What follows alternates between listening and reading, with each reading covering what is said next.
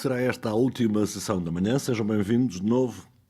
Numa economia cada vez mais ligada em rede, assiste-se a um disparar da complexidade do mercado.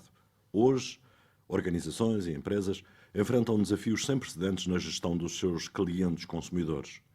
Compreender o cliente enquanto indivíduo e melhorar a capacidade de resposta às suas necessidades assume-se como vantagem competitiva e fundamental.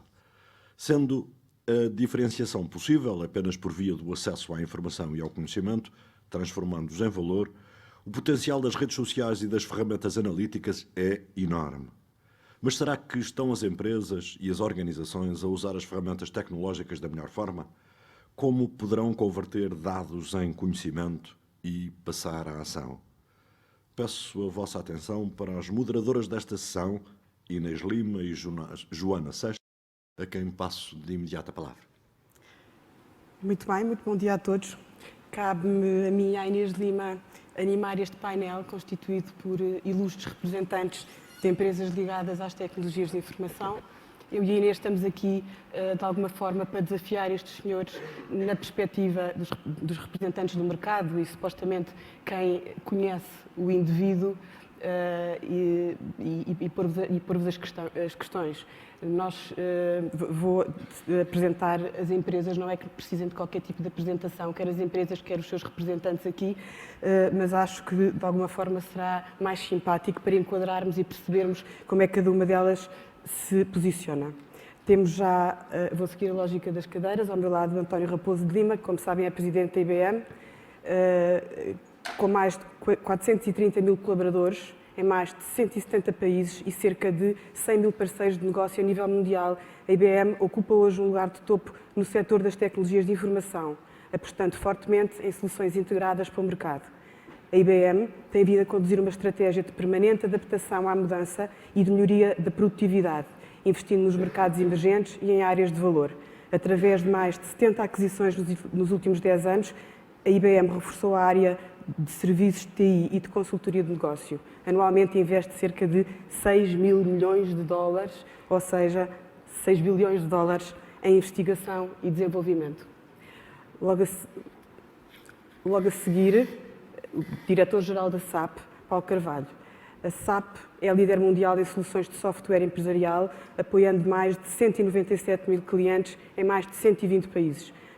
Está presente em Portugal desde 1993, contando com 4.600 empresas utilizadoras das suas soluções. Tem uma equipa local de cerca de 160 colaboradores, mais de 50 parceiros e 2.200 profissionais qualificados. A SAP oferece soluções para as empresas anteciparem e explorarem novas oportunidades de negócio em tempo real, trazendo o poder e a simplicidade da tecnologia móvel para o mundo empresarial. Manel Lopes da Costa, presidente da HP. Desde a sua fundação, que a HP tem como missão criar novas oportunidades ou possibilidades para que a tecnologia tenha um impacto significativo nas pessoas, nas empresas, nos governos e nas sociedades, desenvolvendo produtos e serviços inovadores. O seu vasto e completo portfólio permite à HP ser hoje a maior empresa de TIs do mundo, operando em mais de 170 países, fazendo a gestão de mais de 200 centros de dados, 380 mil servidores e 5,4 milhões de PCs em todo o mundo. Em Portugal, a HP começou a operar também na década de 90, conta hoje com 450 colaboradores e ocupa uma posição de liderança no ranking nacional de fabricantes de TIs, quer para o mercado empresarial, quer para o mercado de particulares. Logo a seguir, o Pedro Moraes Leitão, que é presidente da ONI.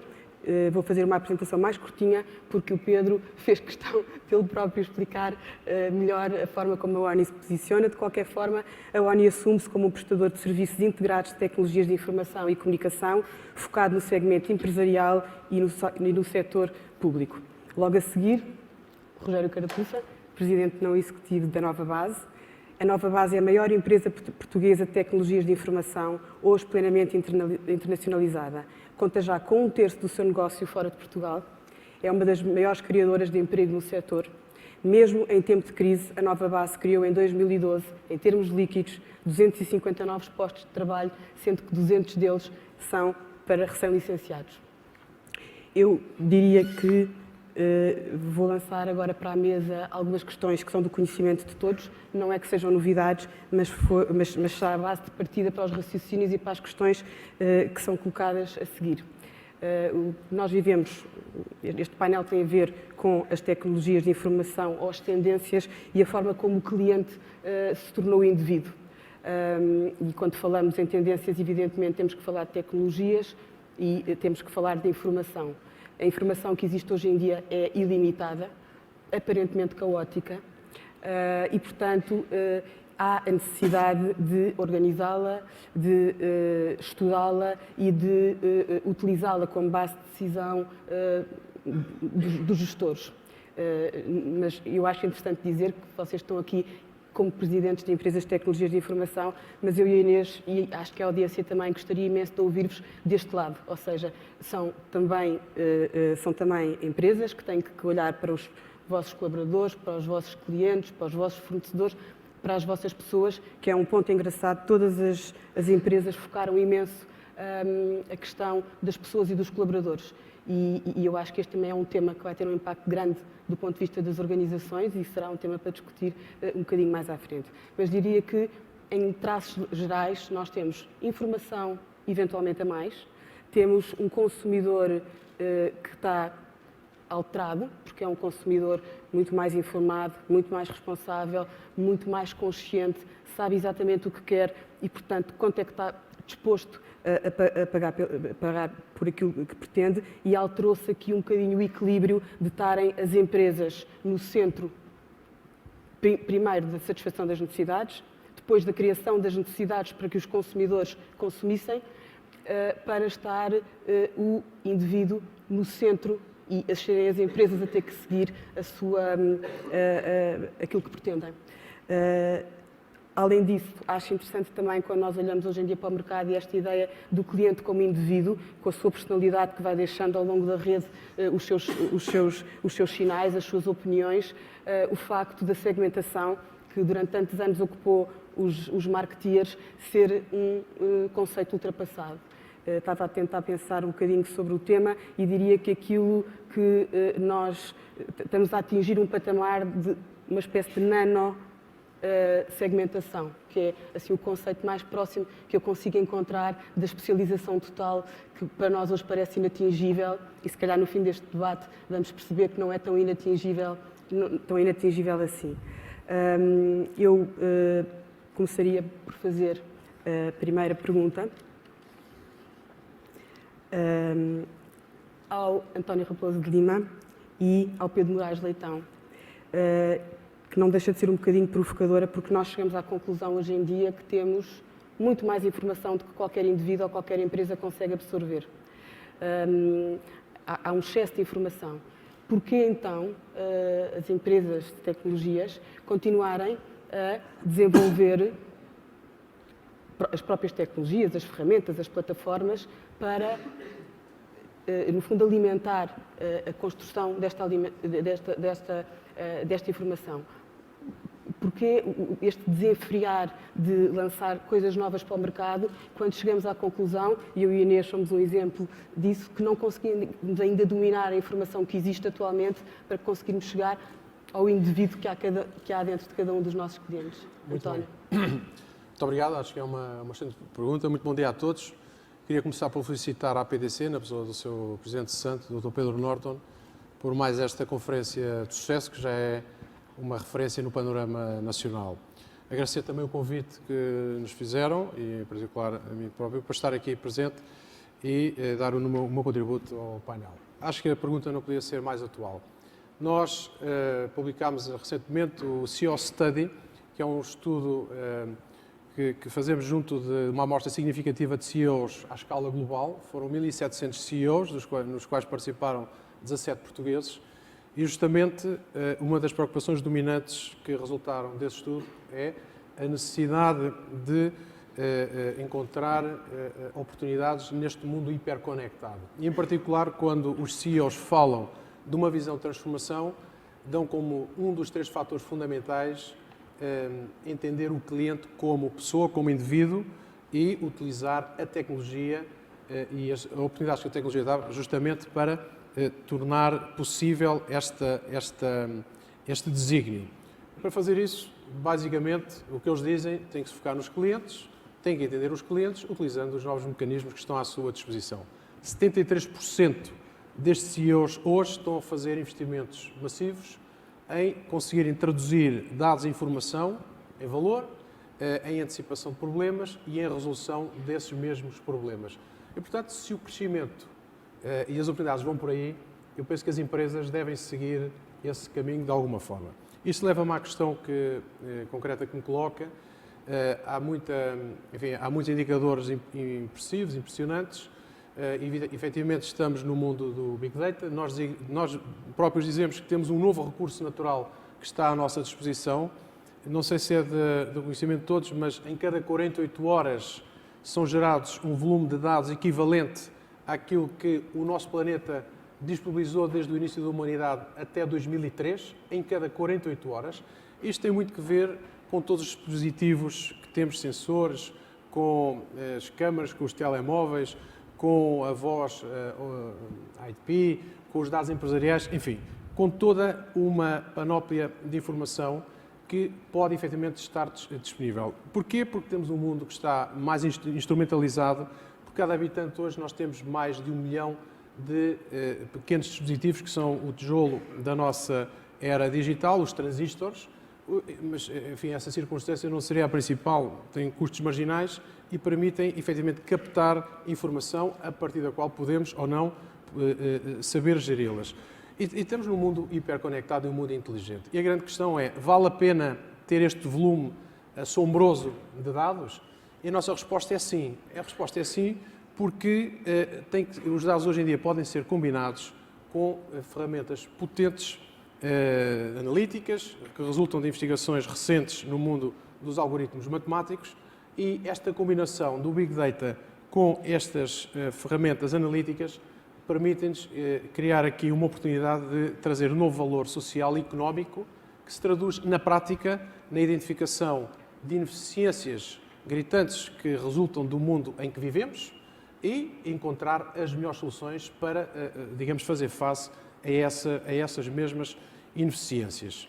Bom, esta oportunidade de poder ser prescritivo e, antes disso, analítico e depois também preditivo, é uma oportunidade única que resulta dos avanços tecnológicos recentes e que estão, de facto, evidentemente, à nossa disposição. A IBM, para os amantes do desporto, saberão, é o parceiro tecnológico do ATP Ténis, enfim, que é o circuito mais conhecido do ténis, em particular o Grand Slam.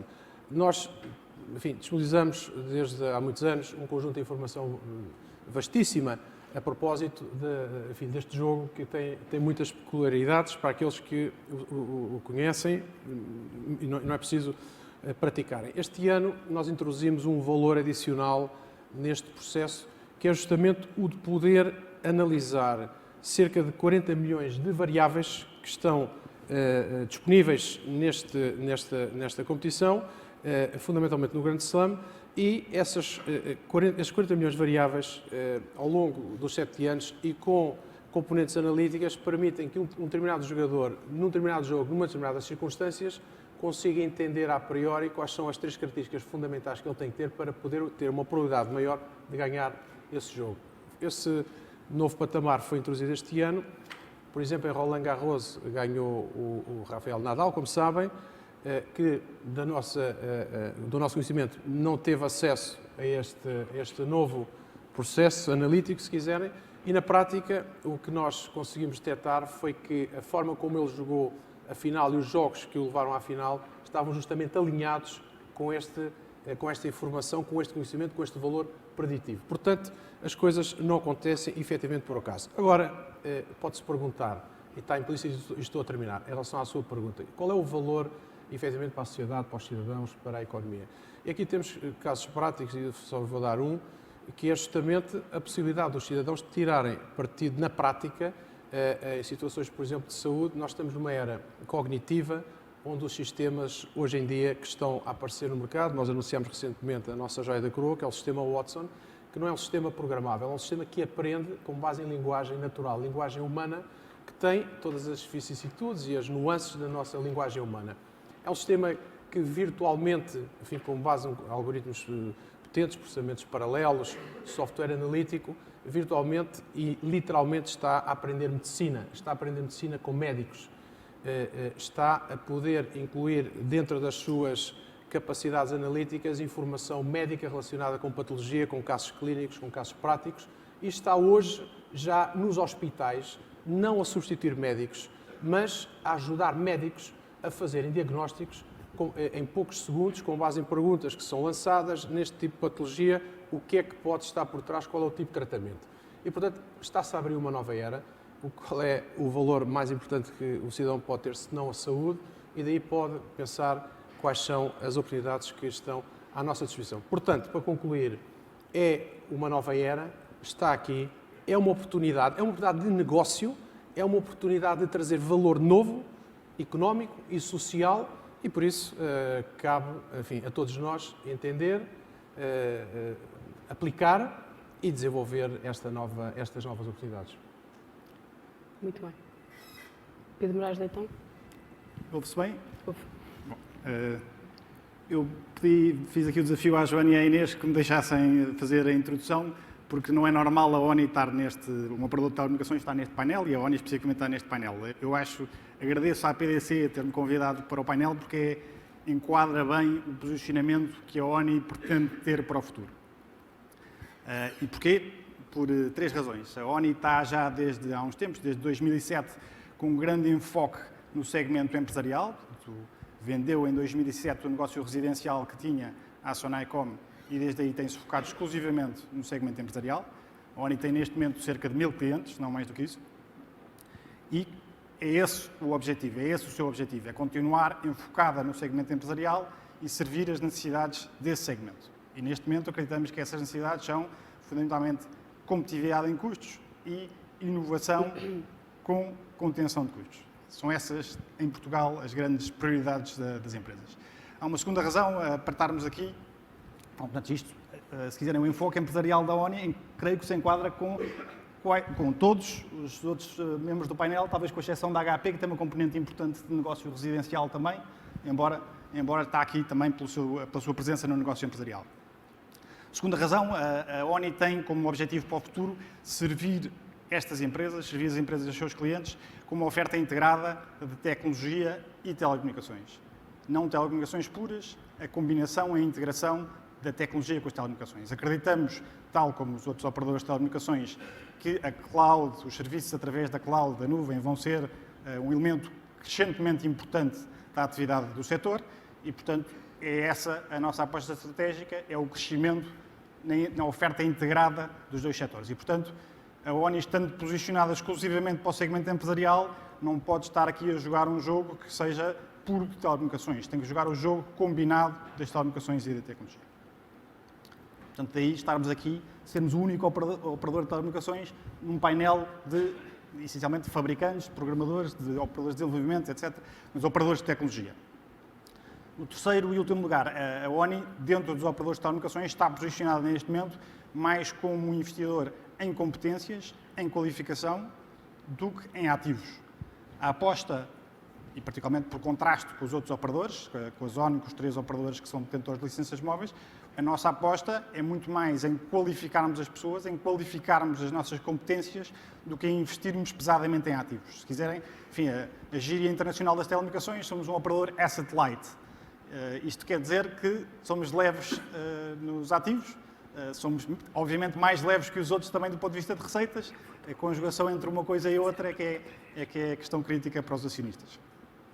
Portanto, se quiserem, tal como os outros membros deste painel, a ONI posiciona-se neste momento como alguém que quer apostar nas competências, conjugando isso com alguns ativos que achamos que são críticos para fazer brilhar essas competências. E aqui faço a analogia também à IBM e à HP. A IBM e a HP têm serviços que complementam a sua oferta de equipamento. Os dois são inseparáveis. A IBM vende mais máquinas por ter competência nos serviços e, certamente, a sua oferta de serviços é complementada pela oferta de equipamentos. Mesma coisa diria porque era para a HP. este, se quiser, é o enquadramento da ONI. A ONI, só para completar aqui as receitas da ONI no ano fiscal que terminou foram de 118 milhões de euros, teve um EBITDA da ordem dos 15% dessas receitas. Portanto, também aí, pelos indicadores, se quiserem, do ponto de vista de rentabilidade, é comparável com os indicadores de rentabilidade, creio, da Nova Base, ligeiramente inferior ao da IBM, ligeiramente superior ao da HP, ligeiramente inferior ao da SAP. Se quiserem, aqui, tudo isto para vos explicar que estamos bem enquadrados e agradecemos à APDC o convite para nos enquadrar neste painel. Temos a certeza que estamos tão bem enquadrados, Pedro. Eu só repetia a pergunta porque queria para mesmo responder saber... especificamente à pergunta e fazia só uma introdução. Portanto, eu sou novo ao setor de serviços empresariais, fui consultor durante muitos anos e, portanto, servi a empresas durante esses anos que fui consultor. Pedro, temos mesmo que avançar, porque senão... Eu estou a fazer a ligação.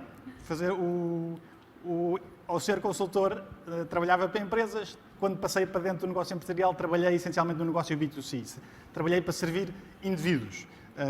E, portanto, aqui esta questão das necessidades do indivíduo, o excesso de informação sobre o que é que o indivíduo faz, foi para mim uma grande questão. E, se quiserem, tive muito mais vezes do lado do gestor que critica os técnicos por não estarem a cumprir os prazos ou não estarem a cumprir o orçamento, do que do lado de cá, em que se tem que satisfazer o cliente e assegurar que os prazos e os orçamentos são cumpridos.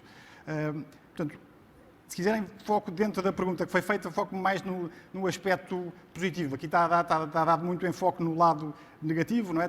Não estaremos nós a desenvolver a tecnologia só pela tecnologia, não estamos nós, operadores de serviços empresariais, a empurrar pela goela abaixo dos nossos clientes tecnologia que eles realmente não necessitam. E eu diria que não. Enfim, encontrei em Portugal muitas situações em que a tecnologia foi bem utilizada e as circunstâncias que levaram a que ela fosse bem utilizada tinham normalmente a ver com, do lado dos clientes, do lado dos gestores, eles compreenderem essa tecnologia.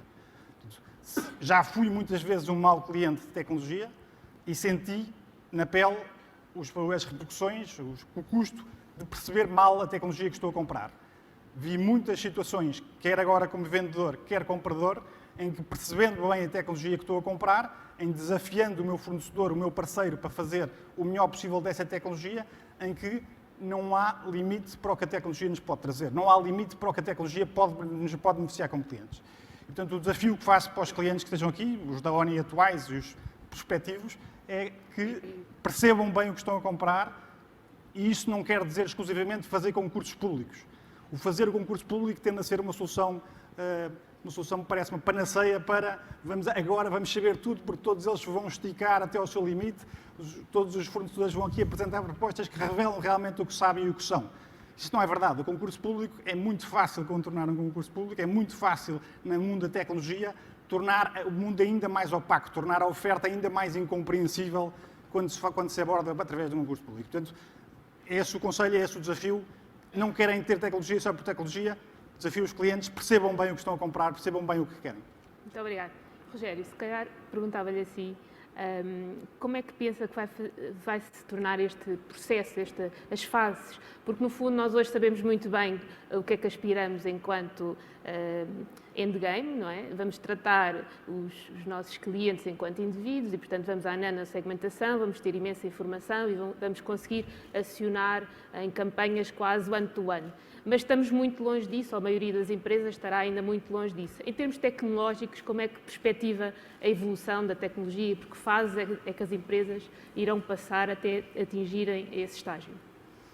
Muito obrigado. Em primeiro lugar, gostaria de cumprimentar a APDC, Pedro Norton, a sua equipa executiva, o Presidente do Congresso, pela realização de mais este magnífico Congresso. Agradecer também o convite para aqui estar presente e passar a tentar focar a questão do cliente no centro das nossas preocupações. E levantaria algumas questões, para começar. Em primeiro lugar, quando se constrói um sistema de informação, e começando um pouco mais atrás do que a sua pergunta, quando se constrói um sistema de informação, constrói-se um sistema por parte de um fornecedor para um determinado cliente, o qual, por sua vez, terá os seus clientes que irão usar esse sistema. O primeiro é um negócio B2B e o segundo é um negócio B2C. E, portanto, tipicamente.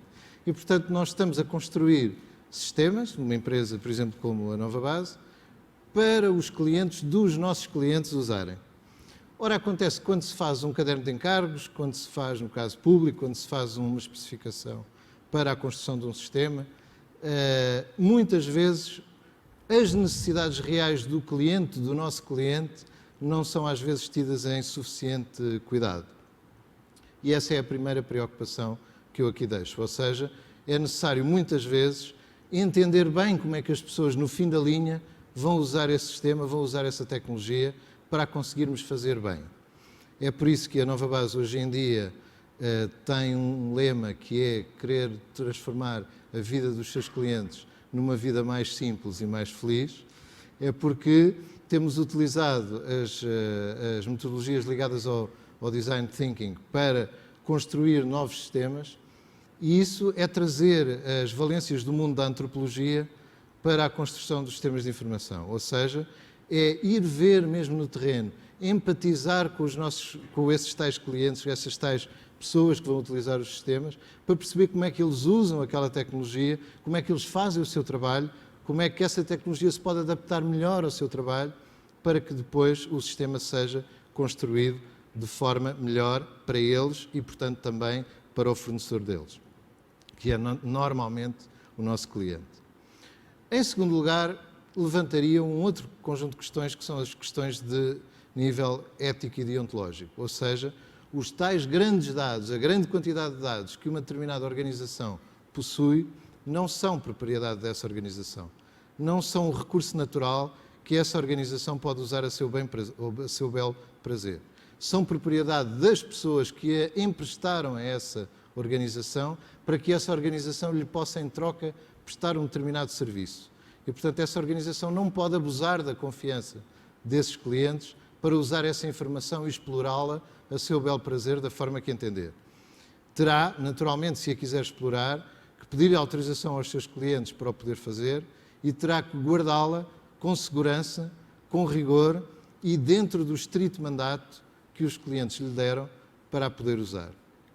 Eu sou daqueles que acredita que o artigo 35 da Constituição da República Portuguesa está desatualizado, porque a técnica utilizada na altura que os constituintes escreveram esse artigo foi dificultar ao máximo à tecnologia a capacidade de cruzar informação como forma de proteger o indivíduo.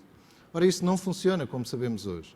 Nós hoje temos ferramentas capazes de cruzar informação da forma que nós quisermos, pelas chaves que nós quisermos, sem chave nenhuma, à velocidade que nós quisermos, sem que seja necessário que as pessoas tenham números diferentes ou iguais de identificação para podermos cruzar. Portanto, o cruzamento, a proteção do cidadão através de dificultar o cruzamento de informação, hoje em dia não funciona. E, portanto, há que repensar esse mecanismo para que há mesmo esse direito seja protegido, sem que seja pela via de dificultar a questão tecnológica, porque essa via está esgotada. Finalmente, a questão que colocou aqui é, uma vez que eu tenha autorização para utilizar essa informação, para a usar em prol dos clientes, em que medida e como é que eu o posso fazer? E aí, obviamente, há um conjunto de ferramentas tecnológicas que hoje estão à disposição para fazer exploração de informação, quer ela seja estruturada, quer ela seja textual, quer ela seja noutras formas multimédia, que pode ser usada para a organização utilizar essa informação de forma a servir melhor o seu cliente e, portanto, dar também ao cliente a possibilidade de, através, por exemplo, do conhecimento das suas preferências, chegar à conclusão que tem melhores sugestões para poder fazer as suas compras, por exemplo. Ou seja, é o paraíso dos marketeers, desde que devidamente autorizados, e poderá ser bom para os clientes. Eu gosto, por exemplo, quando estiver a comprar um livro na Amazon, passa publicidade, de que me façam sugestões de outros que eu poderei eventualmente gostar. E, portanto, essa é uma facilidade que faz sentido. Obrigada. Nem todas as organizações estão preparadas para o fazer, obviamente, porque não têm o nível de sofisticação nos seus sistemas para o fazer, mas há muita coisa que se pode fazer por isso. E já agora, para terminar, aquilo que é guardar os dados, aquilo que é transmitir os dados à distância e que são, na realidade, as commodities deste mundo, são uma facilidade importante, mas onde há que investir bastante é na forma como utilizamos esses dados, na forma como utilizamos os processos de negócio e como os transformamos para que o cliente possa ter um apoio melhor. E esse penso que é o desafio que temos pela Muito frente mais obrigada. significativo. Muito Eu obrigado. gostava de pegar na sua palavra ferramentas e dirigir-me ao Paulo e depois ao Manuel e perguntar-lhes em concreto que ferramentas é que pensam que vão existir nas empresas para gerir esta informação, mas também para os processos de tomada de decisão, porque vamos ter muito mais informação, teremos capacidade para ser muito mais analíticos, mas também necessariamente temos que ser mais rápidos e, portanto, vamos com certeza precisar de novas ferramentas de trabalho e gostava que abordassem esse tema. Obrigada. Muito bem. Bom, antes de mais, muito boa tarde a todos. Quero agradecer o convite à APDC, dar os parabéns também ao Presidente da APDC, ao Presidente do Congresso, pelos 2 dias de Congresso que estamos a viver e também cumprimentar os meus companheiros de painel e as moderadoras. Eu tenho a vantagem de estar aqui entre clientes e parceiros, todos eles, e, portanto, isso faz-me sentir muito bem aqui neste painel. Eu, antes de responder à sua pergunta, Inês, permita-me só que faça talvez uma análise um bocadinho diferente do que foi dito em relação ao tema, porque é que é necessário. Não há escolha. Eu acho que a questão devemos colocar de outra forma. Nós temos que perceber que o centro de poder mudou radicalmente nos últimos anos e passou para o consumidor. E o consumidor não só manda, como não tem paciência para produtos e serviços mal desenhados. Não tem. E quer ser tratado em função dos seus padrões individuais. Isto implica que o nosso negócio, e a forma, obviamente que isto não é igual em todas as indústrias, mas há um padrão comum, que é o negócio passou para o frontline, passou para aquilo que era periférico há uns anos. E significa que gerir um negócio no frontline, a quantidade de informação, o contexto e a janela de tempo em que o fazemos é absolutamente relevante. Portanto, não há como fazer a escolha de não oferecer isso ao consumidor porque ele o quer e está provado. Deixe-me só dar um exemplo, não resisto, conhecido de todos, que é o da indústria da música. Há 20 anos, há 30 anos, esta indústria já era uma indústria madura. Havia editoras que contratavam artistas, que produziam discos, produziam fisicamente os próprios formatos, o vinil, a cassete, depois o CD, faziam marketing, distribuíam e vendiam.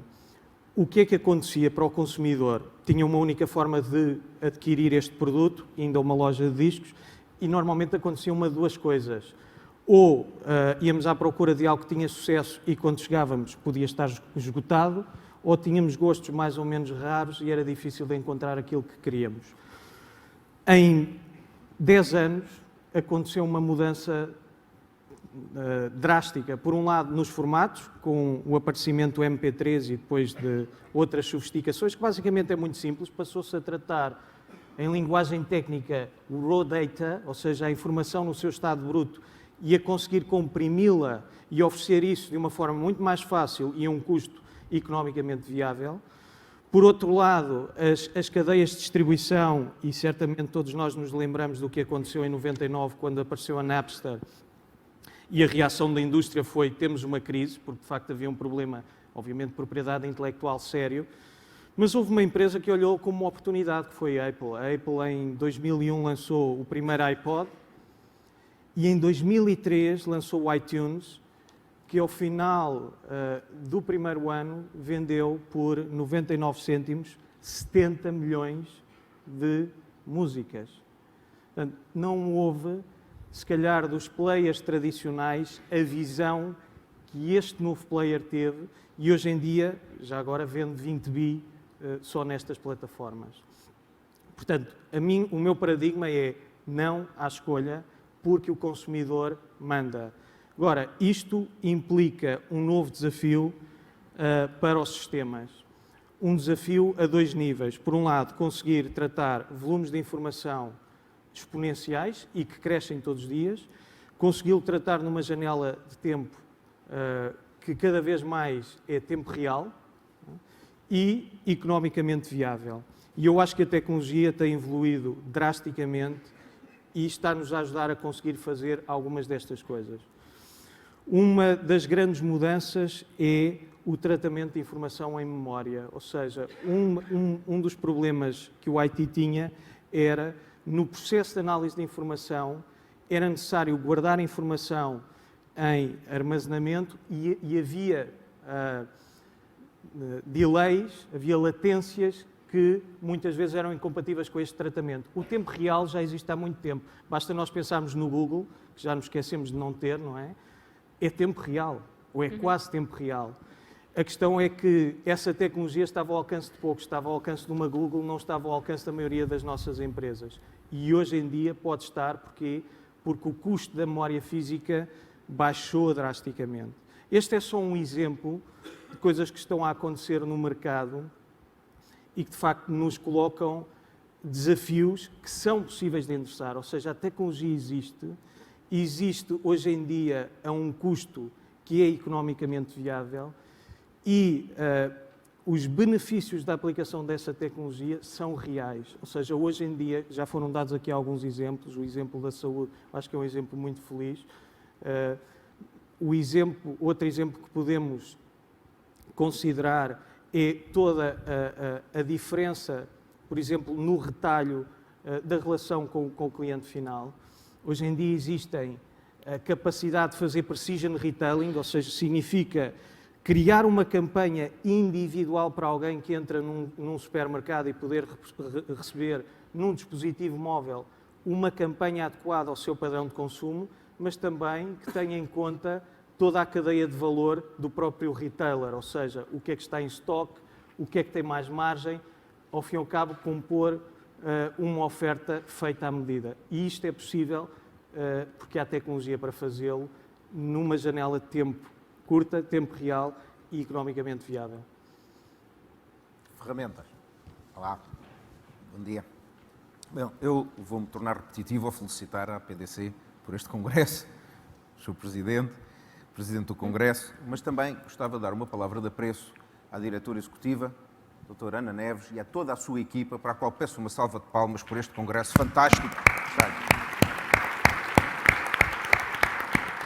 Só quem não vive as dificuldades que hoje temos no país é que provavelmente não entende o que custa financeiramente, mas não só, montar um congresso destes. Isto dá muito trabalho e é preciso convencer muita gente. E por isso estão todos de parabéns. Eu, que sou uma empresa só de 2 letras, e não de 3 ou mais, de facto também não tenho que justificar muito a minha presença aqui, dado que tudo o que estes senhores têm, a HP tem. Portanto, somos quase como o marido das outras. Diria mesmo o pináculo da perfeição. Bom, as ferramentas, aquilo que temos, a informação que existe, o importante eu acho que é separar o trigo do joio. Nós temos que ter a capacidade, não de restringir a quantidade de informação que ali existe, embora é imensa, porque só numa edição do Expresso de um fim de semana temos mais informação que qualquer pessoa no ano 1910 tinha durante a vida toda. Mas essa informação está lá, o que as ferramentas têm é que conseguir dividir o trigo do joio. E hoje, importante, e aquilo que os clientes exigem é mobilidade, é instantâneo. Por isso a HP também inventou o conceito Instant On, que é para ver se rapidamente as pessoas conseguem, com os seus devices, ter acesso a essa informação e aproveitar aquilo que precisam para gerir, para viver e para estar. Vocês já repararam que normalmente sexy são aqueles devices que a gente leva para casa e pode mostrar aos amigos. E desses devices, se vocês pensarem bem, com o endereço IP, têm no mínimo 4. Tem um smartphone, tem um tablet, tem um PC pessoal e às vezes tem um PC privado. Se tiverem uma iPrint, daquelas que também permite imprimir em todo o lado da HP, tem mais outro IP address. Se tiverem uma televisão ligada à internet, tem mais um IP address. Isto para vos dizer que, para a parte das telecomunicadoras, 6 IP address só por pessoa. Se tiverem 4 pessoas em casa, andamos perto dos 20 IP address. E pensem nisso, porque isto é verdade. Isto é brutal em termos de comunicações. Mas mais importante do que estes devices que estão à nossa frente e que nós mostramos aos amigos com grande orgulho, é aquilo que está na retaguarda. Tudo aquilo que está em servidores, tudo aquilo que está em storage, todos os avanços que se fizeram a nível tecnológico para permitir aos devices quase de front office funcionarem. É brutal. E isto para dizer o quê? De facto, hoje estamos perante tecnologia que nos permite, claramente, trabalhar melhor, Nós estamos aqui, sentados nesta sala, e se calhar metade da sala, para eu ser simpático, está toda a brincar com os seus smart voices. Mas não está a brincar. Está a trabalhar, está a responder a e-mails, está a adiantar trabalho, que é para ver se não fica hoje até à meia-noite a fazer isso. Mas é uma realidade. Não é? O que importa aqui é como é que vamos utilizar isso ao serviço de Portugal, do país e do momento difícil que atravessamos. Eu já o disse e volto a repetir. Eu estou muito preocupado com o desemprego português, mas estou muito mais preocupado com o desemprego jovem. 35% de desemprego jovem é uma brutalidade. E é uma brutalidade para a nossa economia e para as TICs em particular. Porquê? Porque o desemprego jovem significa que os jovens vão-se embora e vão ter os bebés lá fora. E se tiverem os bebés lá fora, esses bebés vão crescer e vão consumir lá fora. E quando precisarem de um PC, vão comprá-lo lá fora. Ou seja, não há bebés, não há PCs. É uma chatice para mim. E isto tende a perpetuar-se. Porque a rapaziada da minha idade já tem os seus devices e não vai andar a comprar devices novos por aí adiante. E, portanto, isto é aquilo que nós temos é que pensar. Com tudo aquilo que temos, em ponto de vista de tecnologias de informação, como é que nós nos conseguimos transformar, como é que o nosso comportamento, a nossa mentalidade se consegue transformar para aproveitar isso e fazer diferente. E fazer diferente, por exemplo, é tentar perceber se não conseguimos fazer remotamente. Será que em Portugal, remotamente, nós não conseguimos criar postos de trabalho para dar serviço bom, de qualidade, porque nós somos bons, a países estrangeiros? Será que onde está o consumidor, que é nessa suposta Europa mais rica, por algum motivo são mais ricos, mas quer dizer, nós não conseguimos, a partir de Portugal, prestar-lhes serviço, utilizando toda a tecnologia que temos, toda a retaguarda que temos, toda a fibra que temos e por aí adiante? É nisto que eu gostava também que nós todos repensássemos um pouco. Sim, há muita informação, existem ferramentas, mas vamos utilizá-las para ver se conseguimos gerar algum emprego cá dentro. Ok. Eu gostava de pegar nos seus desafios e perguntar aqui ao António que exemplos concretos é que nos pode dar hoje, nomeadamente de experiências internacionais ou mesmo em Portugal já, de empresas que de facto estão a utilizar esta informação sobre os seus clientes de uma forma diferente. Estão a ir mais longe na informação que recolhem, para além das relações comerciais que têm com os seus clientes, e vão à internet, e vão às redes sociais, e vão ao mobile, e estão já a apropriar-se dessa maior informação para tratar os seus clientes enquanto indivíduos. Eu creio que essa é a pergunta-chave, porque estamos todos aqui a coincidir que a tecnologia hoje oferece uma oportunidade única, fantástica, resultante dos avanços recentes, de vários laboratórios, de prémios Nobel, mas na prática já se conseguem ver projetos concretos que tirem partido desta nova era cognitiva, desta nova era em que os sistemas aprendem com as pessoas e as pessoas aprendem com os sistemas. E a resposta é sim. Há muitos casos práticos e posso lhe dar, enfim, 2 ou 3 em função do tempo que tiver disponível, sei que tenho poucos minutos. Um caso paradigmático, que é muito falado nos últimos dias, é o caso da Inditex, que é o líder mundial de retalho de uma empresa que apareceu numa pequena cidade aqui da Galiza.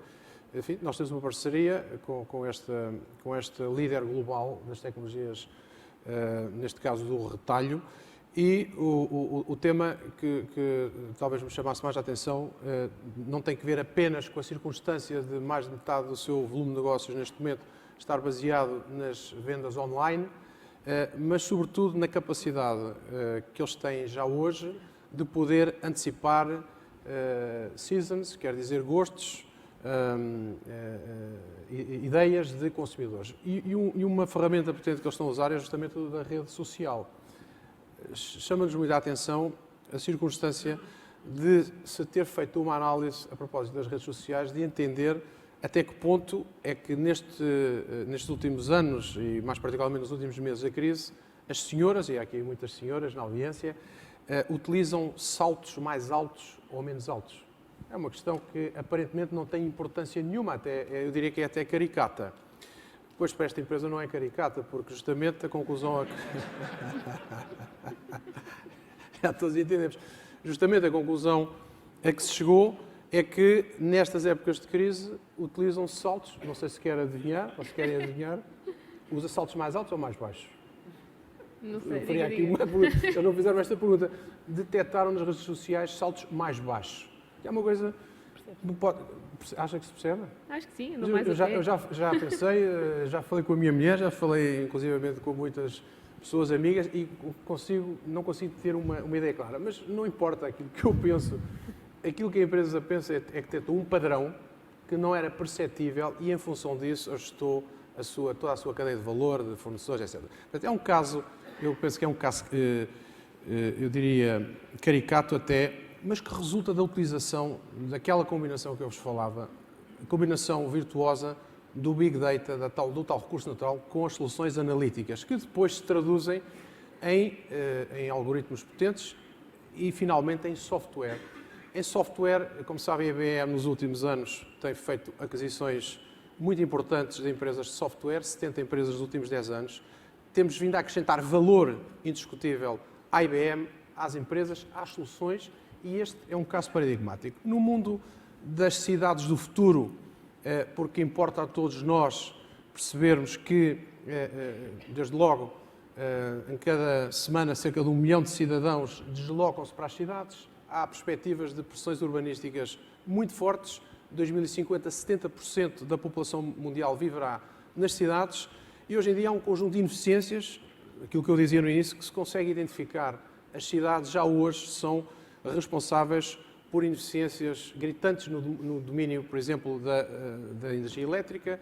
Mais de 75% das percas das ineficiências são feitas nas cidades, da emissão de gases com efeito de estufa, 80%, perca de água potável, quando sabemos todos que em 2050, daqui a poucos anos, 50% da população viverá em zonas com este recurso escasso e, portanto, no domínio dos 2.500 projetos em que a IBM está a acompanhar as cidades por todo o mundo para minimizar e, em muitos casos, mitigar e até anular estas ineficiências, com base em quê? Em soluções.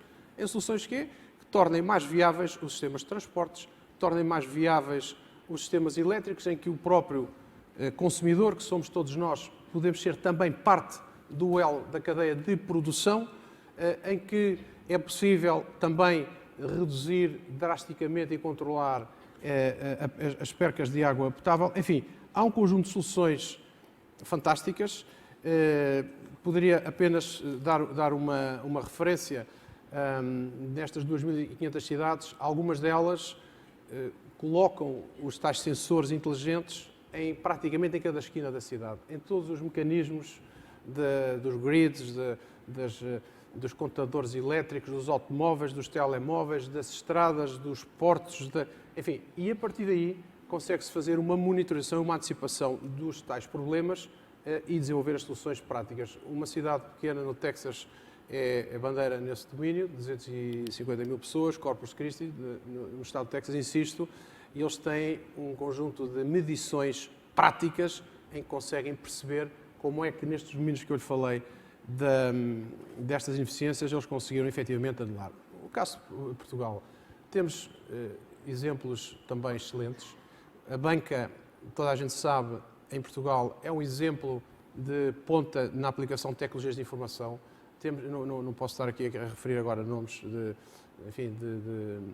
alguns dos clientes que connosco trabalham no dia-a-dia, mas efetivamente há um avançar nos sistemas de CRMs, se quiser, mais de segmentação para personalização, o tal B2C que o Rogério falava. A Vodafone, eu sei que estão aqui pessoas da Vodafone, está a trabalhar connosco, nós fazemos o outsourcing da Vodafone, não das infraestruturas, apenas das infraestruturas e das aplicações, e da alteração e da transformação das aplicações, utilizando o Nearshore em Portugal e, enfim, as pessoas que são clientes da Vodafone, eu também sou cliente da Vodafone, sabemos que há aqui uma preocupação de captar aquilo que são os nossos gostos e temos no nosso telemóvel muitas vezes campanhas, digamos, personalizadas. E também sabemos, para finalizar, que algumas das nossas cidades, como tivemos a oportunidade de ouvir numa conferência que lançámos conjuntamente com o Grupo Empresa nesta semana, estão a lançar as bases daquilo que serão as tais cidades do futuro, recorrendo a este tipo de soluções. Portanto, há soluções práticas, há business models por trás das soluções práticas, não é PowerPoint, não são ideias, não é consultoria, não é aquisição de empresas de software, não. Há soluções práticas que têm benefício económico e social evidente para os cidadãos, para as empresas que no fundo entram nestas redes de parcerias e para quem disponibiliza estas soluções. É por isso que a IBM tem como estratégia dominante, definida recentemente, Smarter Planet. Não é uma ideia, é negócio concreto que tem que ver com estas soluções práticas do dia-a-dia. Muito obrigada, António. Eu, antes de colocar a próxima questão, não queria deixar de referir que é a pertinência deste painel, porque, agarrando ali nas palavras do Rogério no início, se eu percebi bem, o grande desafio que se coloca hoje em dia às TIs é estarem cada vez menos no back-office, cada vez mais no frontline e mais perto dos CMOs, se é assim que se diz. E não consigo desprender-me dos saltos e do exemplo dos saltos, porque eu parei ali... Os saltos mais altos ou mais baixos? Agora mais altos. Mais altos. Todos já estamos a sair da crise, pode ser um sinal interessante. Não. Ainda não chegámos lá, se calhar. Mas o meu ponto é, eu fiquei aí e o António disse, bem, a mim não me interessa assim tanto.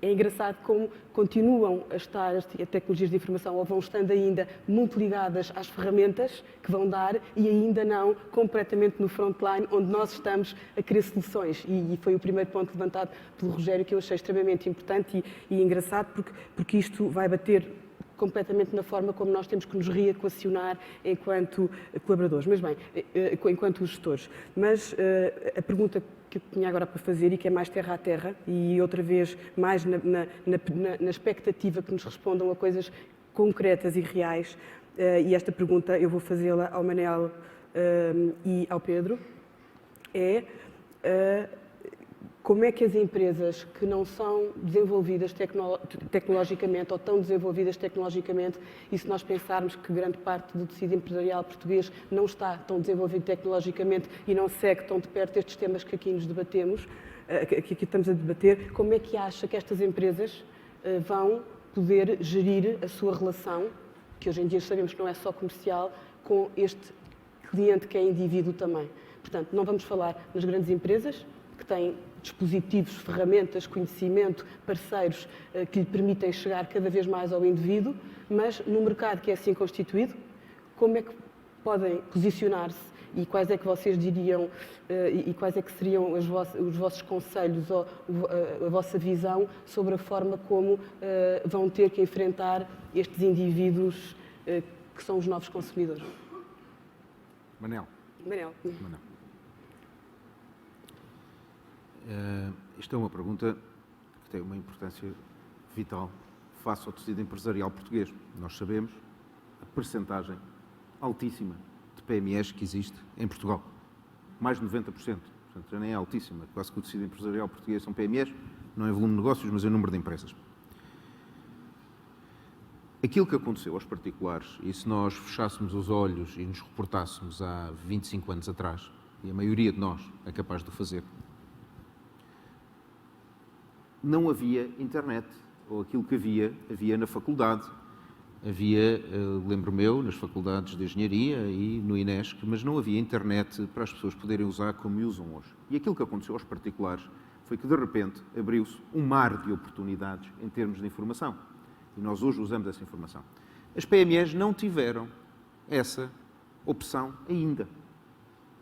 Mas, e nesse sentido, eu acredito que tudo aquilo que se está a construir hoje, em termos de cloud e cloud computing, vão ser, para as PMEs, aquilo que a internet foi para os particulares. Finalmente, as PMEs vão poder ter acesso a software sofisticado que nunca teriam dinheiro para comprar. As PMEs vão poder ter acesso a hardware, vão poder ter acesso a storage, vão poder ter acesso a ferramentas de CRM, vão poder ter acesso a ferramentas aqui do meu colega Paulo, da SAP, que nunca teriam dinheiro para as comprar. Estou a falar de PMEs mais P, e se calhar mais micro e nano, como diriam os gatos, do que propriamente as médias e grandes. Mas sem essas ferramentas, as PMEs nunca vão poder cumprir o seu desígnio, que é querer ser grandes. Penso que todo o que é PME, um dia quer chegar a grande. Só que nunca tiveram acesso a isso. Para ter acesso a isso, olhemos um pouco para o exemplo que temos nas nossas televisões em casa, quem tem televisão por cabo. Sem falar das marcas ou dos operadores dessas televisões por cabo. Nós queremos ver um filme, compramos o filme na altura. Nós queremos ver um canal, fazemos uma assinatura desse canal na altura. Portanto, nós temos um conjunto de canal, que é aqueles canais, que é aqueles que escolhemos, e não temos outro. Isso é exatamente aquilo que tem que acontecer para as PMEs. Elas têm que ter hipótese de escolher o conjunto de ferramentas, software e hardware que lhes interessa em determinado momento da sua vida. E só assim nós as ajudaremos a crescer. Porque enquanto lhes fomos obrigando a comprar as licenças pelo valor total, as peças pelo valor total e por aí adiante, andamos a sufocá-las um pouco com isto. Portanto, volto a repetir, nós temos na nossa mão a capacidade de dar às PMEs, neste momento, um mar de oportunidades para elas se desenvolverem. E eu acredito que é através da oferta da cloud. Agora, há uma coisa que é real. Ninguém compra o que desconhece. E as PMEs, ainda ninguém lhes explicou, elas não entendem, porque ainda ninguém lhes explicou detalhadamente o que é isto da cloud. Outra oportunidade. O que é oportunidade? O que é que lá pode encontrar? O que é que lá está? Toda a gente sabe o que é uma store de música, passando essa publicidade. Mas nunca ninguém lhe explicou onde é que está o marketplace das aplicações para elas lá irem buscar. Portanto, há muito ainda por fazer, mas rapidamente, se o conseguirmos fazer, elas vão lá, tiram aquilo que precisam, usam, pay-per-use, princípio do utilizador-pagador, e desenvolvem-se. E eu acho que é por aí que nós os podemos ajudar. Boas notícias, então. Pedro. Bom, eu concordo integralmente com o que o Manuel Lopes da Costa acabou de dizer e, portanto, se até podia compensar o excesso de tempo que fiz na vez anterior, cedendo já a palavra ao próximo orador. Contudo, dado que acredito que é no interesse da APDC que haja aqui alguma polémica, eu vou lançar várias questões para a polémica. E, portanto, algumas diretamente com este tema e vou fugir um bocadinho em duas ou três. Portanto, estamos aqui a discutir o tema, se quiserem, do setor é os Big Data, não é? O que agora, como se cataloga este tema hoje em dia, é os Big Data. Estamos todos aqui a discutir como é que vamos processar os Big Data, como é que vamos abordar os Big Data. Eu, há 15 anos atrás, 17 anos atrás, peço desculpa, o tempo passa depressa, participei num projeto que era o cartão Visa Universo, um projeto lançado pelo Continente, que pretendia recolher dados sobre os padrões de consumo dos clientes do Continente, quer dentro, quer fora das lojas, e depois conjugá-los com a informação específica do consumo na loja, ou seja, com os tickets que eram cobrados à saída na caixa. Portanto, se quiserem, é a primeira experiência de Big Data em Portugal, foi há 17 anos atrás. Processávamos na altura, usávamos computadores, se não me engano, da IBM, passa a publicidade, para processar estes dados e faziam aquilo com uma facilidade atroz. O processamento dos dados em si não era o desafio. O desafio era exatamente o que é que fazíamos com eles. E esse processo, dentro do Continente, dentro da SONAI, viveu durante, creio, 4 anos, até que se decidiu arquivá-lo e substituí-lo pelo esquema que tem atual agora no cartão Continente. Não sei quem aqui tem cartão Continente, mas essencialmente as compras que se fazem num mês, recebe-se uns bónus, uns cupons em papel um mês mais tarde que poderá dar-lhe um desconto na sua próxima compra. Portanto, se quiserem, a grande sofisticação, a grande tecnologia que usamos para os Big Data, os computadores da IBM, é 17 anos mais tarde substituído por cupons. Tecnologia essa que existe desde sempre, não é? Desde que existe papel, provavelmente. Portanto, se quiserem, aqui o meu ceticismo em relação aos Big Data tem a ver com isto. Portugal é um mercado muito pequeno. Somos 10 milhões de pessoas, por comparação com o mercado chinês, com o mercado americano, ou tudo isso, somos um mercado muito pequeno. Portanto, ou estamos a falar de Big Data para o mercado lusófono, incluímos aqui Brasil, Angola e Moçambique, ou as capacidades tecnológicas para avaliar os dados de 10 milhões de consumidores existem há muitos anos atrás. Já existiam há 17. Portanto, não há nada de novo que estejamos a ter agora. Os Big Data para Portugal não é uma questão grande porque nós não somos big.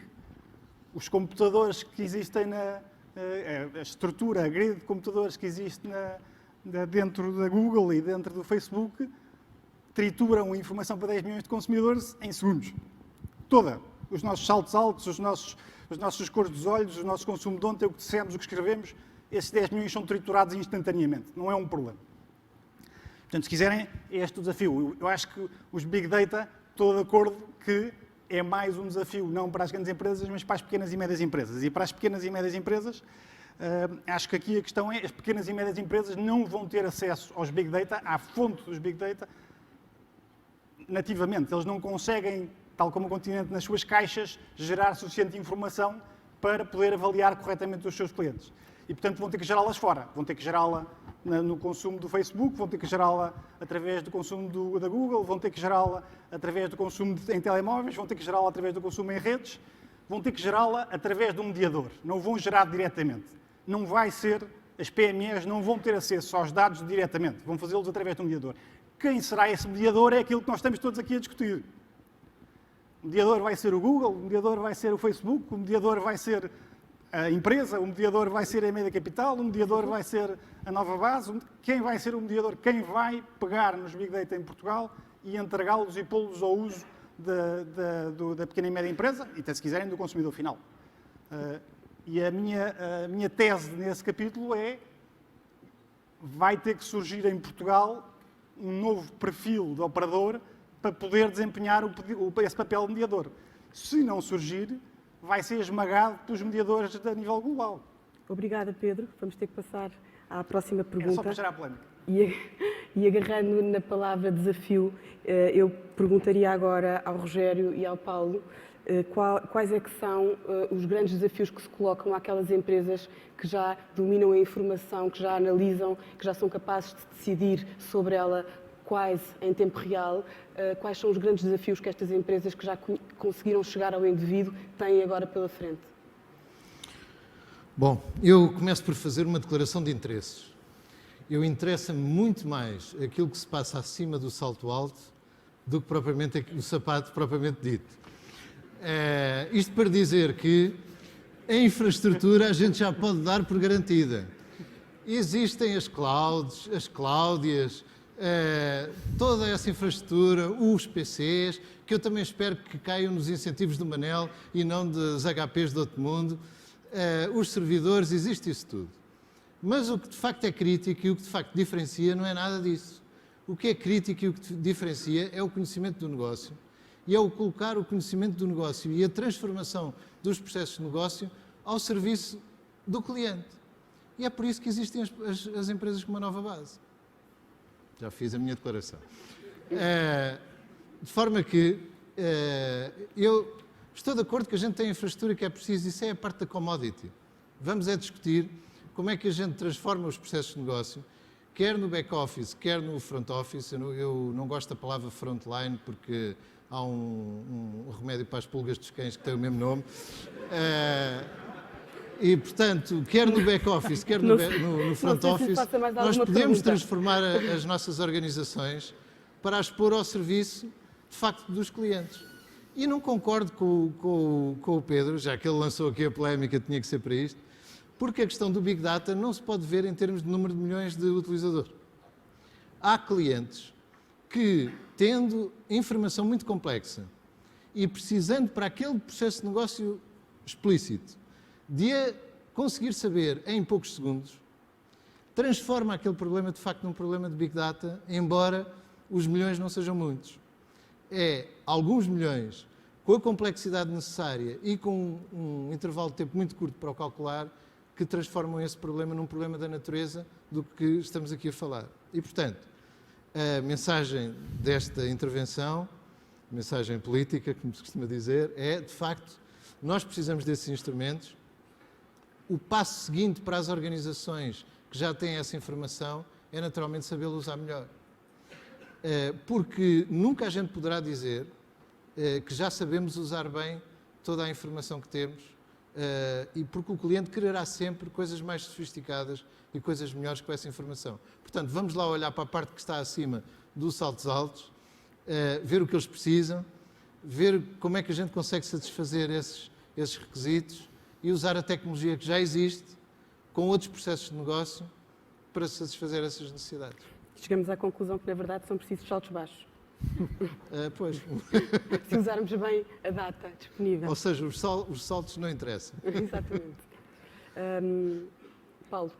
Muito bem. Eu, como vou fechar um pouco esta segunda ronda, vou pegar um pouco no que cada um dos meus colegas disse, porque há aqui vários ângulos interessantes e eu não consigo entrar em polémica com nenhum.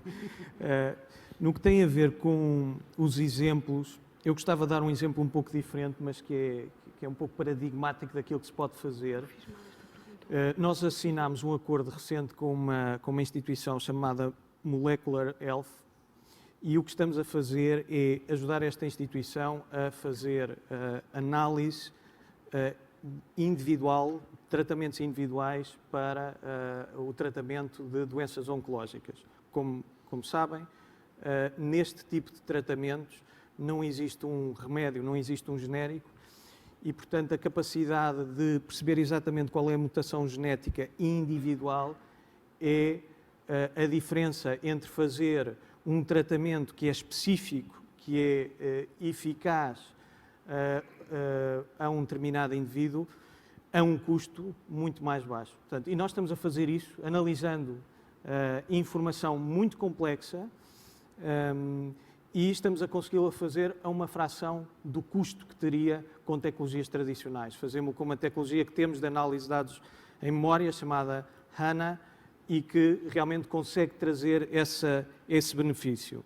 Eu acredito também que o software, aliás, duas coisas que foram aqui ditas, uma disse o Rogério, e é pena, Rogério, que há 20 anos, quando tive aulas com o Rogério no técnico, ainda não falávamos disto, não é? Mas agora estamos a falar muito. Eu acredito que o design é, de facto, uma grande diferença. Nós temos hoje, e deixar-vos aqui só alguns exemplos. Eu tenho tido várias oportunidades de estar com alguns clientes nossos, em que basicamente a única coisa que dizemos é se nós pudéssemos tratar toda a informação e se não houvesse nenhuma limitação física do tal salto da infraestrutura em tratá-la em tempo oportuno e em custo, obviamente, o que é que era possível fazer?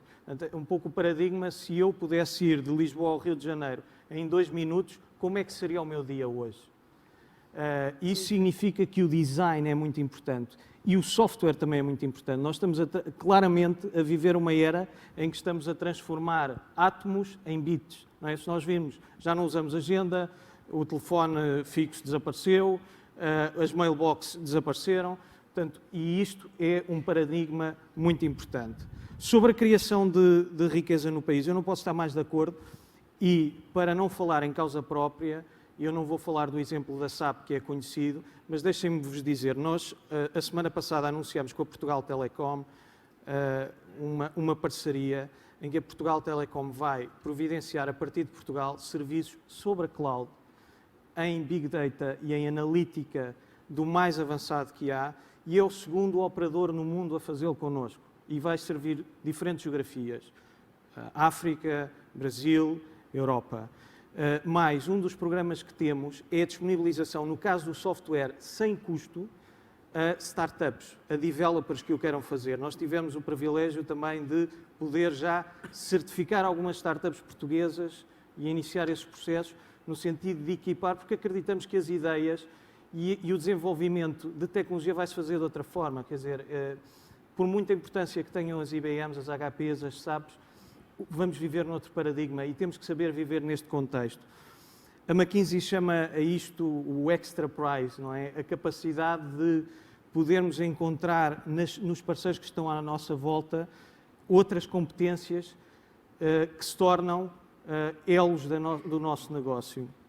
E, portanto, eu estou de acordo que os desafios que as empresas têm hoje em dia, sobretudo, é encontrarem uma relação com o cliente que lhes traga mais negócio. Portanto, nós vivemos numa economia global e, portanto, temos que ter empresas capacitadas para competir a nível global. Posso-vos dizer, eu disse isso já em outras ocasiões, o negócio da nossa empresa, o ano passado, 2/3 dos novos projetos foram para empresas que estão a fazer negócio fora. Ou seja, se essas empresas não tivessem necessidade de competir no mercado, nós não tínhamos feito esse negócio com eles. E eu acho que Portugal tem essa oportunidade. E nestas áreas, tudo o que pudermos antecipar, uma das vantagens que as nossas empresas têm é como são mais pequenas, os centros de decisão são mais concentrados, as decisões podem ser mais rápidas, portanto nós temos aqui uma oportunidade enorme de nos anteciparmos e de sermos competitivos à escala global, mesmo nestas novas áreas tecnológicas. Muito bem, eu agora, se calhar, uma vez que estamos,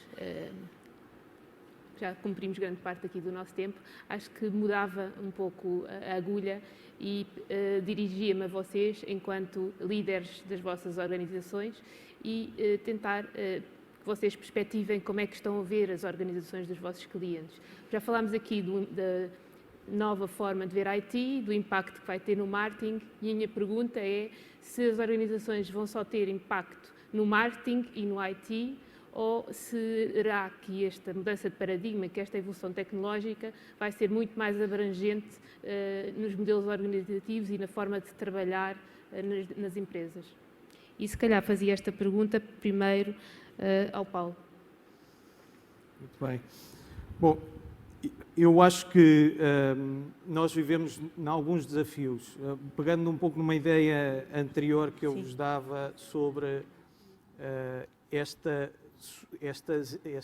rede de conhecimentos dentro das empresas, nós hoje falamos com muitas empresas. Para dar aqui um exemplo, por exemplo, o setor segurador, e dar exemplos quase opostos. Há empresas no setor segurador, por exemplo, todos os processos de gestão de sinistro, de claims management, há empresas que os consideram não core. Ou seja, é um processo que pode ser tratado em outsourcing, e há aqui parceiros ao meu lado que o podem fazer seguramente com software SAP, é óbvio, mas podem tratá-lo em outsourcing, grandes volumes de informação, baixando o custo e conseguindo com isso um serviço a mais baixo custo e, portanto, uma melhoria na cadeia de valor que ao fim e ao cabo se entrega. Ou seja, seria passar negócio ou processos de negócio que não são core para outras empresas que os podem tratar de uma forma muito mais eficiente, muitas vezes para a aplicação da própria tecnologia. Há outras empresas seguradoras com quem nós falamos, pensam exatamente o contrário. Ou seja, quando acontece um sinistro, é o momento da verdade com o cliente. É o momento que vai determinar, muitas vezes, se eu vou conseguir aquele cliente por mais anos ou não. E, portanto, o que eu quero ter é um tratamento personalizado. Eu quero saber que, quando um cliente me chama, conseguir georreferenciá-lo, enviar-lhe para o móvel toda a informação que ele precisa ter e tratá-lo de uma forma diferenciada e aquela ser uma experiência única. E isso eu não posso externalizar. Tenho de ser eu a fazê-lo. O que é que está correto? Depende da estratégia. Cada empresa vai ter que encontrar para o seu negócio qual é a estratégia correta. Eu acho que, como gestor de uma empresa de tecnologias de informação, embora talvez com um paradigma um pouco diferente de outras, muito próxima dos negócios, o que eu tenho encontrado em Portugal é uma vontade enorme de fazer inovação. Portanto, as empresas portuguesas talvez tenham hoje em dia desafios muito grandes, talvez não, seguramente, no acesso ao financiamento e à capacidade de poder investir, e esse é o principal obstáculo, mas todas elas estão, ou a maioria delas, estão a procurar reagir, e mesmo as médias empresas, eu talvez aqui não esteja tão de acordo com o Manel, que as nossas médias empresas e pequenas empresas não apliquem tecnologia, muitas delas estão a fazê-lo, a muito custo, é verdade, e o que é preciso hoje em dia, sobretudo, é apoiar estas empresas no sentido de conseguir que esta tecnologia possa chegar a elas de uma forma que lhes permita ter impacto de negócio em prazos cada vez mais curtos. O impacto, o payback, o que se chama o payback, tem que ser cada vez mais curto e eu penso que em Portugal temos muitos casos de sucesso que felizmente nos podemos orgulhar.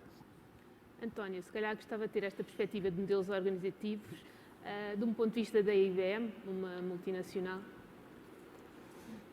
Estava a tentar ver como é que havia de responder, acrescentando valor em relação àquilo que já foi dito.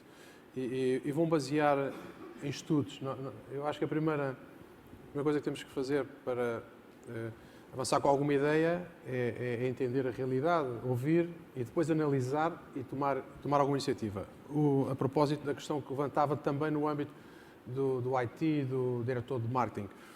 Um relatório recente da Gartner Group diz que os diretores de vendas e marketing nos próximos 2, 3 anos terão uma responsabilidade, inclusive, superior à dos CIOs em decisões relacionadas com o IT. Isto é um dado, é uma perspectiva, mas eu acho que é um dado bastante relevante. Por outro lado, nós na IBM, enfim, desenvolvemos vários estudos, como sabem, em termos de think tanks, já vos falei do tema do CEO Study, mas neste momento nós sabemos que cerca de 60% dos projetos de verdadeira transformação e mais impactantes já não são liderados pelo IT CIO e são liderados por pessoas da área dos negócios. Portanto, isto leva-me a pensar que, efetivamente, este novo mundo não poderá ficar circunscrito ao IT e não apenas sequer ao IT e ao marketing. 2 ou 3 exemplos, mais uma vez, para entendermos.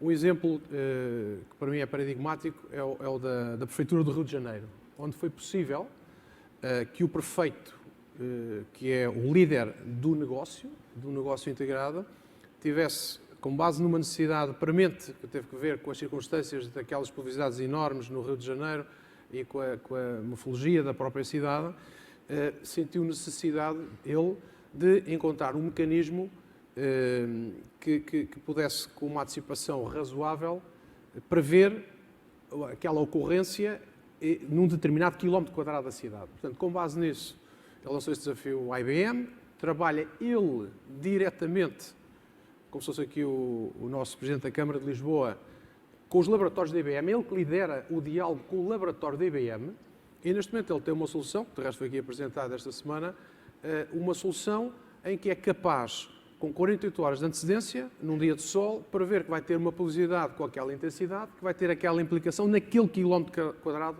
do Rio de Janeiro, e já mobilizou as forças, que são cerca de 30 entidades que têm que colaborar em modo cross, e portanto o tema do back-office é fundamental, e da transformação do processo de negócio, não é da aplicação, a aplicação virá depois, do processo de negócio, do próprio protocolo, da própria missão com que funcionam cada uma destas instituições, e ele apresenta esse caso, é um caso de sucesso. Não é por acaso.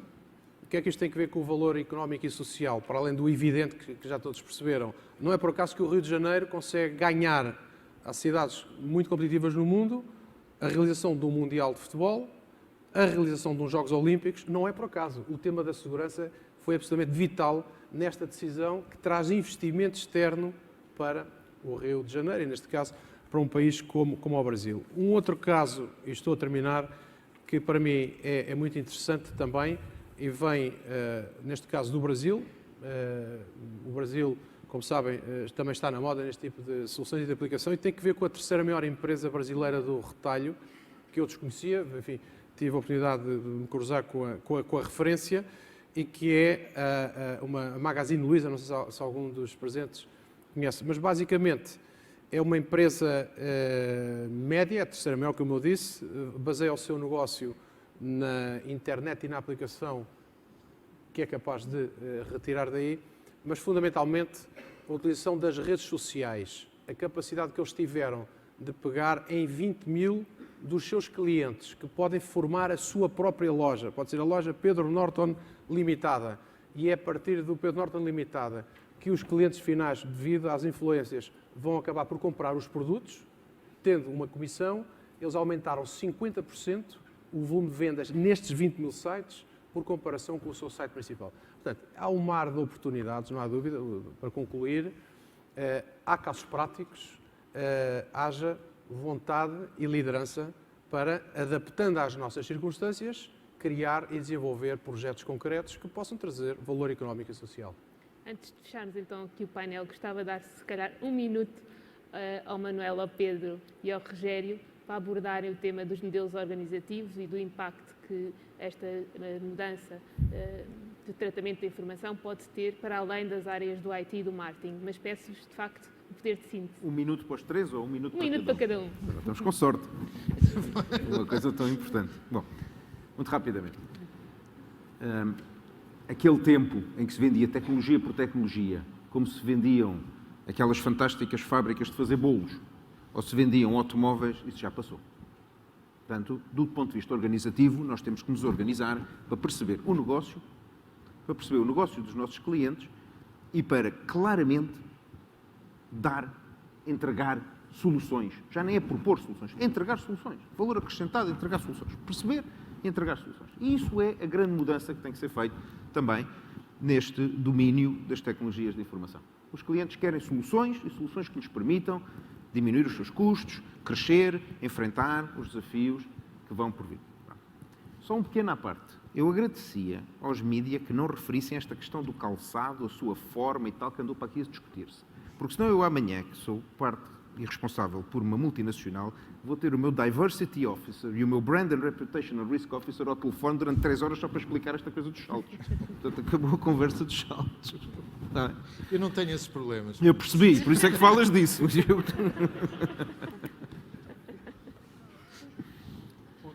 Sobre a questão da organização, eu acho que estas funções de IT e marketing, funções essencialmente de conhecimento, podem, quer nas grandes como nas pequenas e médias empresas, atravessar nos próximos anos uma alteração absolutamente radical relacionada exatamente com estas tendências da cloud. Cada vez mais estas funções, estes departamentos funcionais, se quiserem, departamentos não operacionais, vão se transformar apenas em centros de conhecimento dentro da empresa, onde teremos 2, 3, 4 especialistas que sabem muito do assunto e tudo o resto, repito, tudo o resto pode e provavelmente deve ser contratado fora. Com a cloud, os setores de conhecimento têm que ganhar escala, têm que explorar a escala, têm que ganhar especialização e isso consegue-se metendo a função fora da empresa. E, portanto, aqui estamos agora em fase de discutir a questão do Estado, a reforma do Estado. Acho que é este o momento também para discutir a reforma da empresa. O conceito de empresa, como vemos, deve mudar para bem da eficiência de todos nós e do país. Não mudando, vamos ser vítimas da tendência que falava o Paulo Carvalho atrás, que é o consumidor é rei, o consumidor tem conhecimento pleno sobre todas as ofertas antes de falar com a empresa e, portanto, está a discutir puramente preço. Ele sabe exatamente o que é que a empresa lhe pode oferecer, está a discutir preço. Portanto, as empresas, não fazendo esta transformação, não fazendo esta reconfiguração, transformam-se todos em operadores low cost. Vamos transformar-nos todos em operadores low cost e, provavelmente, operadores low cost que funcionam mal porque não estão a explorar estas vantagens, estas economias de escala. E terminava só, vou ceder ligeiramente o meu minuto, mas só para levantar o tema, a cloud, as questões relacionadas, que eu estava a levantar, relacionadas com a Google, relacionadas com o Facebook, etc., põem aqui questões complicadas do ponto de vista da regulação. O grande princípio da net neutrality, e não sei quantas pessoas percebem exatamente o que isto quer dizer, o grande princípio da net neutrality é, neste momento, um problema para os países que não são produtores de software, que não são produtores de conhecimento. Neste momento, nós temos a Google, a Facebook, têm equipas residuais puramente comerciais baseadas em Portugal e controlam a maior parte dos dados, uma parte importante das receitas, condicionam o setor das mídias, condicionam uma série de setores à sua volta, sem ser regulados. E, portanto, enquanto isto se passa, estamos na União Europeia ainda a discutir se há União Europeia ou não. Portanto, quer dizer, o contraste entre isto é tal que o que digo é vamos regular, Portugal toma a iniciativa e começa a regular isto. Não temos escala para mandar no Google, para mandar no Facebook. Façamo-lo a nível da União Europeia. Esqueçamos esta questão de estarmos aqui a tentar manter os nossos reguladores totalmente autónomos. Vamos explorar economias de escala através da União Europeia. Isto não sei se foi confuso, mas o que digo aqui é preciso regular os setores de informação e isto tem a ver com a net neutrality. O setor das telecomunicações pode ser um meio para essa regulação. Obrigado, Pedro. Inês, Joana, penso que a resposta à vossa pergunta é essa transformação vai acontecer em todo lado. Vai acontecer no marketing, nas vendas, no provisioning, no billing, you name it. Vai acontecer em todo lado, nas organizações. A questão é, para mim importante, a infraestrutura existe. E os clientes não escolhem por infraestrutura. Os clientes escolhem por quem lhes sabe conhecer o negócio, sabe-lhes aconselhar como é que o seu negócio se pode gerir, se pode transformar, sabe dizer quais são os problemas que vão surgir a seguir, sabe dizer como é que esses problemas são normalmente ultrapassados. Não é o player de infraestrutura que consegue fazer isso. As pessoas não vão começar por escolher uma cloud onde põem lá as suas coisas e depois quem é que faz, já agora essa entidade faz também os serviços de suporte e depois faz também as aplicações. Não vai acontecer assim. As pessoas escolhem quem conhece o seu negócio, quem é que os pode aconselhar aí, quem é que transforma os seus processos e depois, juntamente com esse, escolhem qual é a infraestrutura mais barata, mais rápida e mais segura que podem encontrar. Muito obrigado. Obrigada. Antes de fechar a sessão, gostava de sublinhar algumas ideias-chave. pelo menos que a mim me soaram como os pontos comuns aqui do nosso painel. A primeira grande ideia é que, de facto, assistimos à criação alucinante de informação em diferentes formatos, em diferentes tipos, mas que essa informação só terá valor quando for transformada em conhecimento relevante que permita às empresas, por um lado, diferenciarem-se, mas, por outro, serem mais eficientes e mais eficazes e, portanto, também reduzirem os seus custos, melhorarem as suas experiências com os seus clientes e, de facto, conseguirem ter propostas de valor únicas. A segunda grande ideia que eu retiro daqui é que esta tendência vai forçar que as tecnologias saiam um pouco do back-office para o front-office e, portanto, que estas empresas de tecnologia tenham também que perceber muito bem o negócio dos seus clientes e que as linguagens destes dois mundos, tecnologia e negócio, vão ser cada vez mais comuns e vão ser muito mais próximas. Em terceiro, é que isto não é uma tendência que vai afetar apenas empresas tecnologicamente avançadas. Nós ouvimos aqui hoje muitos exemplos de grandes empresas, pequenas empresas, particulares, PMEs, B2B, B2C, medicina, música, livros, retalho, seguros, banca e até saltos altos, não é? E, portanto, acho que conseguimos ver aqui todo o mundo empresarial dentro desta tendência de clientes enquanto indivíduos. Por último, olhando aqui para o modelo organizativo, acho que também sai daqui a ideia que, de facto, esta alteração de tecnologia vai fazer com que as empresas tenham que pensar nos seus modelos organizativos.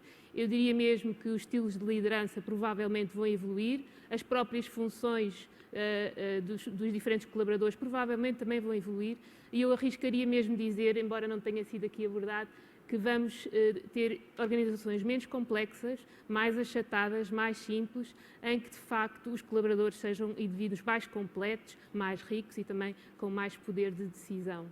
E com isto, concluí aqui a sessão. Gostava de agradecer mais uma vez aqui aos membros do painel. Espero que para vocês tenha sido interessante e que de facto, tenhamos gerado aqui mais informação para o vosso dia-a-dia. Muito obrigada a todos e bom dia.